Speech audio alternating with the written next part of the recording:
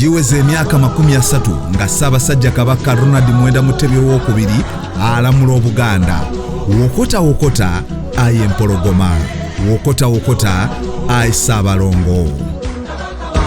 Ekiseera kyonna Katonda kyeyabumbira abantu be abalamu, ne bw'okibajjako n'okisiba n'oyagala okijjawo tebasobola kuggwamu ssuubi.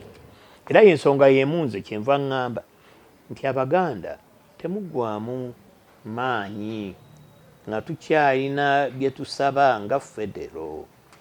Tulina kunnyonnyola obulungi bwayo. Omuntu omukkiriza taggwamu ssuubi. Olunaku Mulindo lwatandika si ku lunaku lwennyini olwo olw'amatikkira. Olaba naffe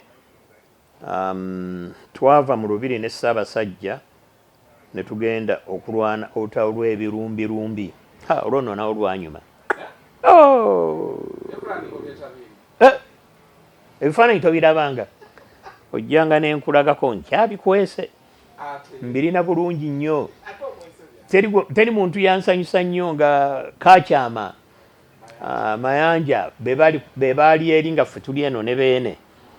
Katulwana olutalo lw'ebirumbi naye nga era twaluwangula. Olutalo lw'ebirumbi Kabaka okujja okusikira Namulondo alina okulwana olutalo. Alina okulwana olutalo olwo n'awangula bakansangwawo bano asobole okutuuka ku Namulondo. Naye nga teruba lw'amafumu, edda lwabanga lw'amafumu, lwabanga lutalo lwennyini ddala. Naye kaakati ennaku zino tukozesa ebigundi by'emiti, amatabi g'emiti ge tulwanyisa kutuusa lw'oluwangula. Ennaku zino Kabaka aba alina odduwangula naye nga binyuma nnyo era luwangula naye nga lunyumira ddala nnyo. Mwalimu obukiiko obw'enjawulo bungi nnyo nga bukulemberwa abantu bangi nnyo. Kati buli omu yakolanga enteekateeka ze. Abantu batandika okujja obanga ennaku nga 3 nga tezinnaba ne batandika okukwata ebifo byabwe. Abagenyi abayite baali bangi nnyo, abajja ku mikolo, abaava ebweru, abaava mu Uganda, ne pulezidenti yaliyo nnyo ne mukyala we, bakabaka abalala. Wabaawo emikolo ebiri. Waliwo emikolo ebyaffe ebya Buganda era no gyali gya kitiibwa nnyo. Nebaawo n'emikolo egy'ekkanisa egy'okutikkira, nebaawo n'okulayiza Ssaabasajja. Abo baate misayiri n'omugenzi wa Orthodox Church gundi teyali Lwanga. Oyo yatusanyusa nnyo bwe yali asaba, ai Ssaabasajja wangaaza Kabaka wa Uganda nga bimutabuseeko.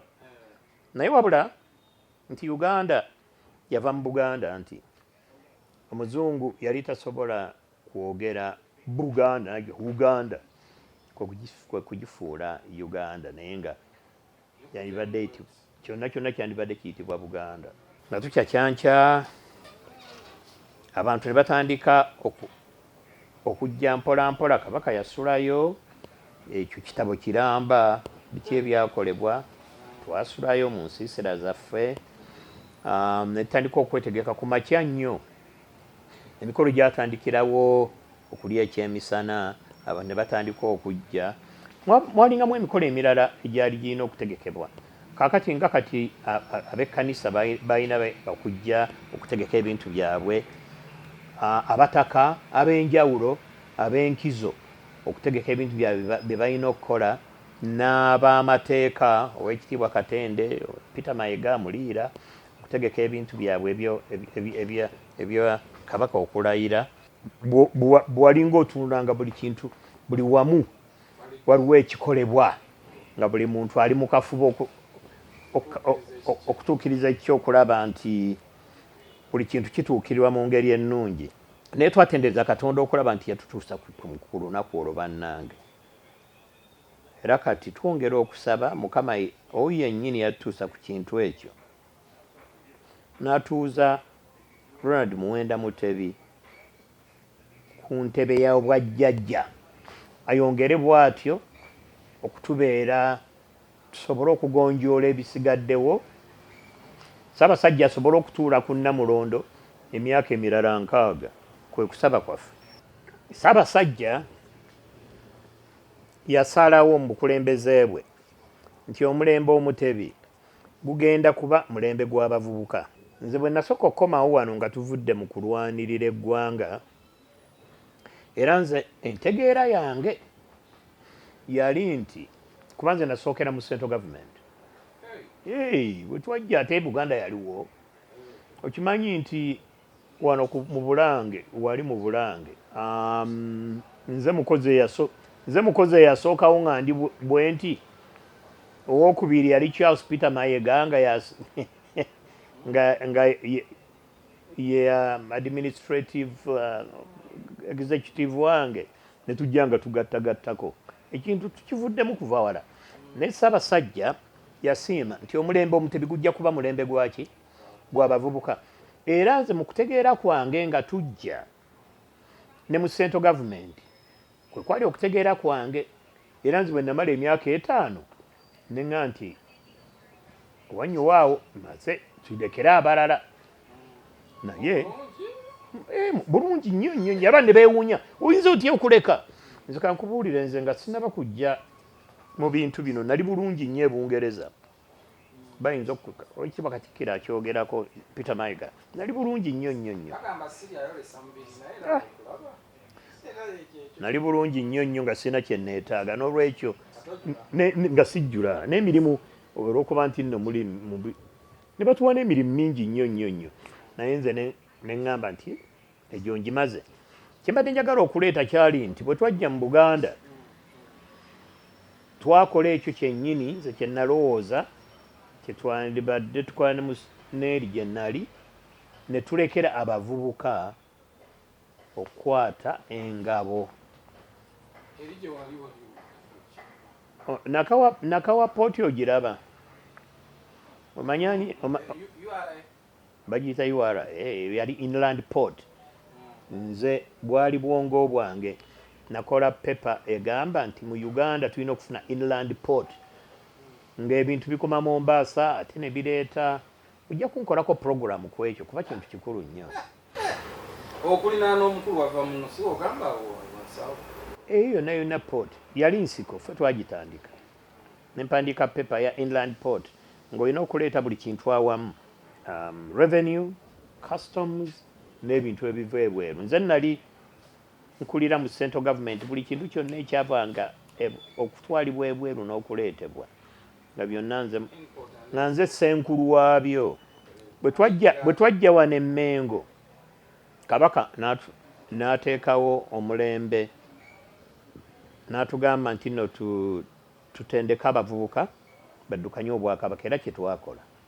Kyova olaba nti bw'otunulatunula ffe abazeeyi totulabawo naye era weetuli gwate tondeese ku lutimbe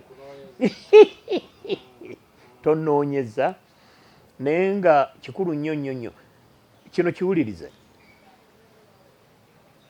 Mu Luzungu tugamba nti nno the success of an administration is seen by its leadership gye tuyita gwe bw'oba omukulembeze oteeseteese otya abanaakuddira mu bigere. Owulira successional planning. Omukulembeze omulungi alina okutendeka abo abanaamuddira mu bigere ng'ate bamusinga okumanya obugunjufu n'obulungi. N'olwekyo ffe kye twakola kwe kutendeka abavubuka be tulowooza nti ate bajja kwongerako okusinga ate ffe bye twakola ku bya CBS. Nze nali ssenkulu eyasooka naye nga sesamulayimulayit teweerabisa ossaayo abavubuka kuba mulembe gw'abavubuka era kye twakola. Naye kati emirimu mingi nnyo abantu kye batategeera kati laba kati Charles Peter Mayiga Katikkiro byakoze naye ng'era byava ku musingi ogwo Ssaabasajja gwe nagambye gwe yatandika era mulwanya muli Semwogere gwe yatandika, Kaaya Kavuma gwe yatandika, ffe gwe twatandika kwazimbidde ate ye n'ayongerako bwe kulembeze bwe mbagamba, ate n'ayongerako ate okusinga ffe kye twakola, ate naye kimukakatako okuba nti assaawo omusingi nti ate anaamuddira mu bigere atajja kwongerako ate omumusinga, kye bayita obukulembeze. Naye ng'ekintu ekyo Ssaabasajja Kabaka yakitusomesa, mukole mutegeke ate abo abanaayongerako ate okusinga mmwe, naye nga amagezi gonna tugajja wali ewa Ssaabasajja.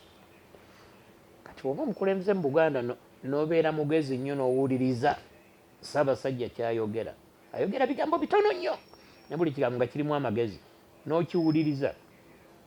Twagamba nga ffe mu biseera byaffe, kansooke mu Luzungu nkize mu Luganda, so says Ssaabasajja Kabaka, so it shall be done, because Kabaka's wishes is our command. Owulidde?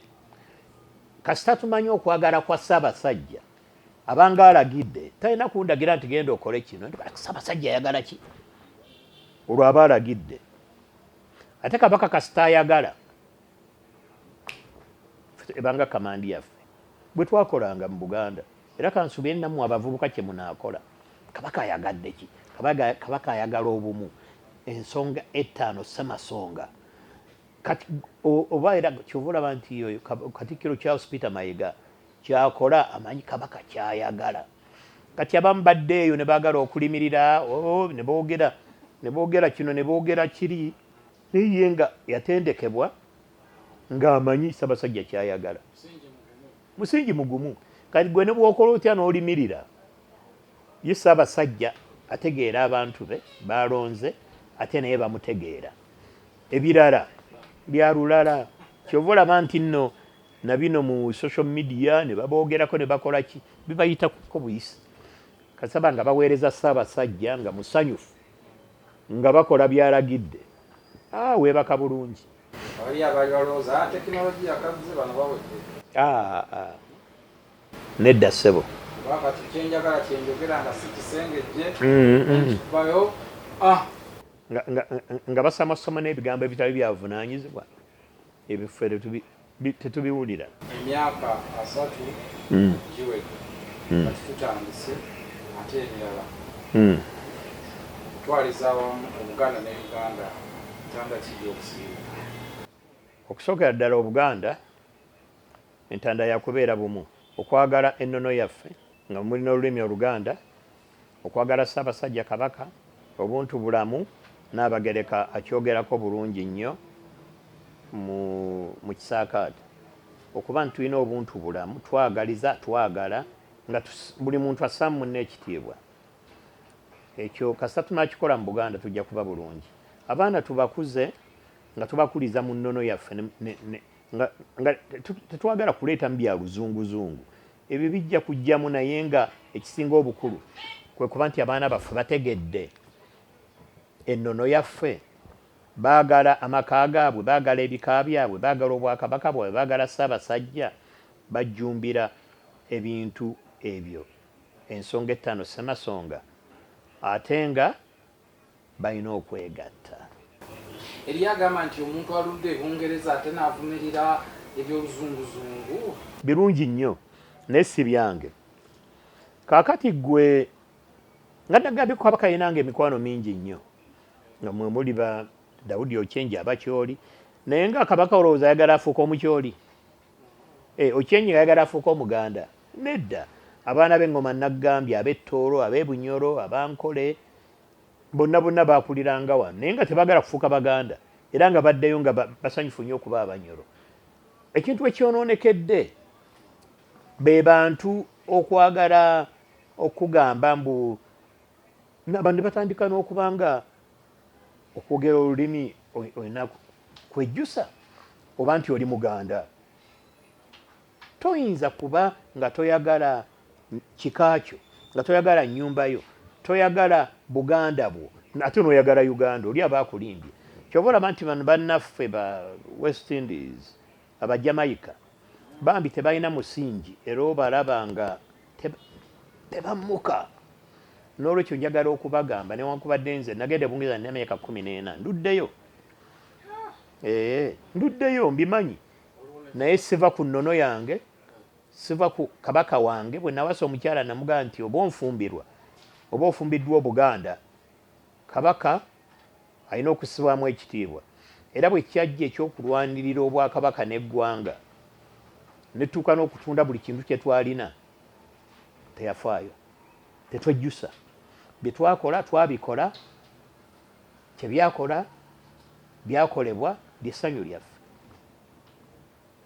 Ssaabasajja Kabaka awangaale. Giweze emyaka 30 nga Ssaabasajja Kabaka Ronald Muwenda Mutebi II alamula Obuganda. Wokota wokota aye empologoma, wokota wokota aye Ssaabalongo.